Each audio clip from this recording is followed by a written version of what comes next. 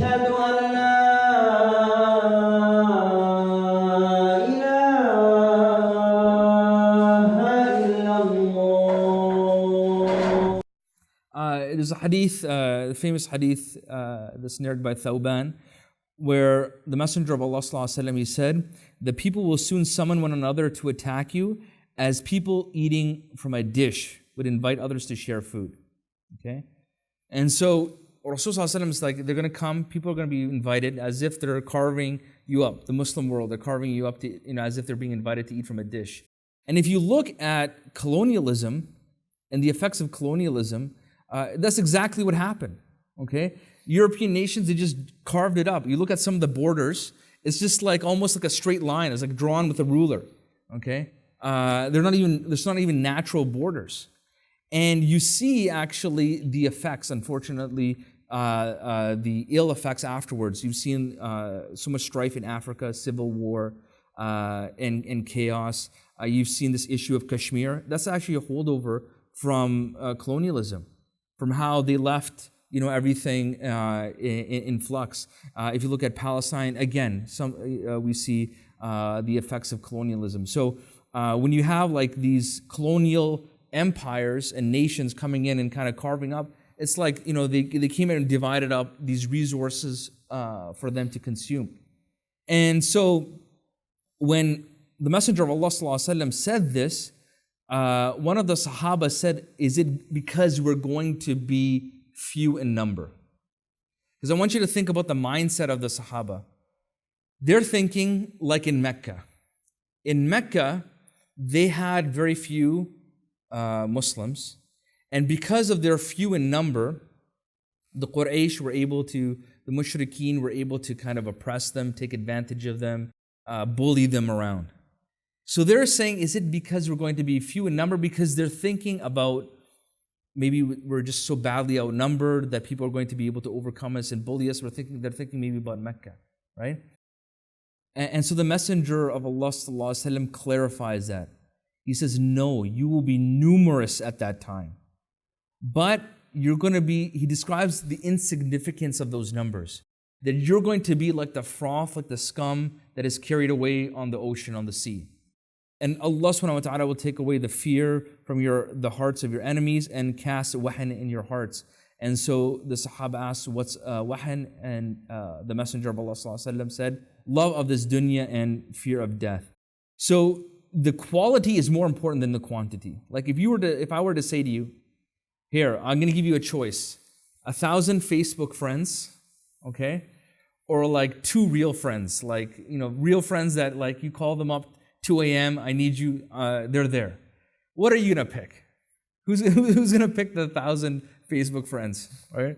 Like really, like if for some people, maybe they're superficial, they don't care. They're like, 1,000, like, this is like, put it on my social media profile or whatever. But most people who value decent relationships, they're going to be like, hey, if I have 2 good friends, like people I can trust them with my secrets, I can trust them with, value my valuables or whatever.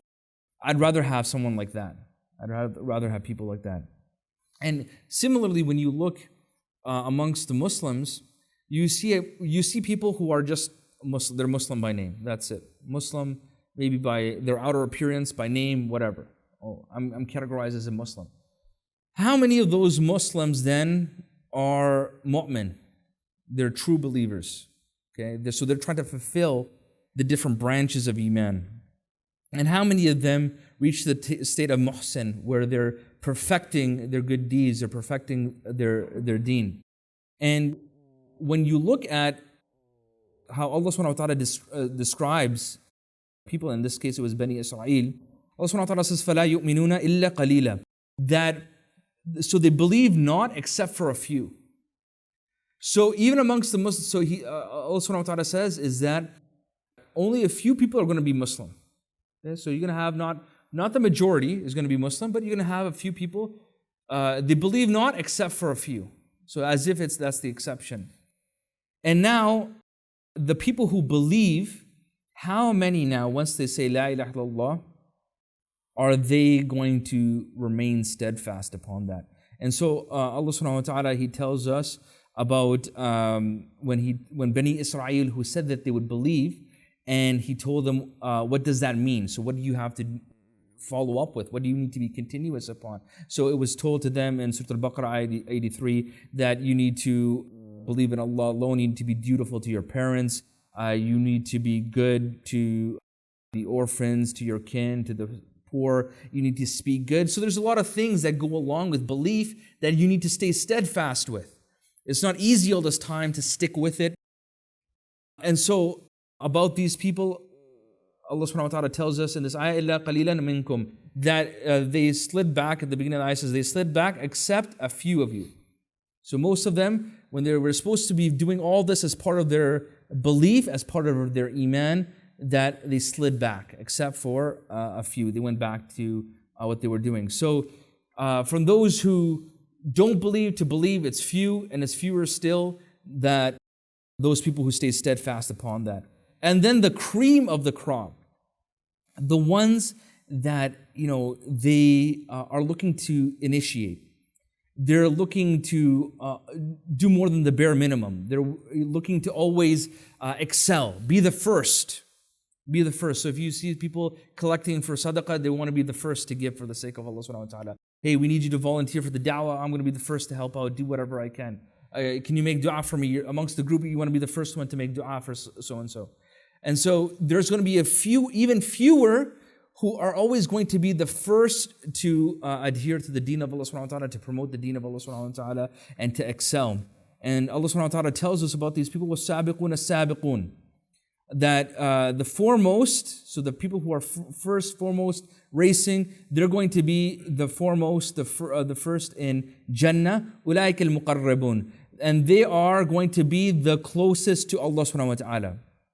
في جنة النعيم, and they will be in gardens of delight in paradise.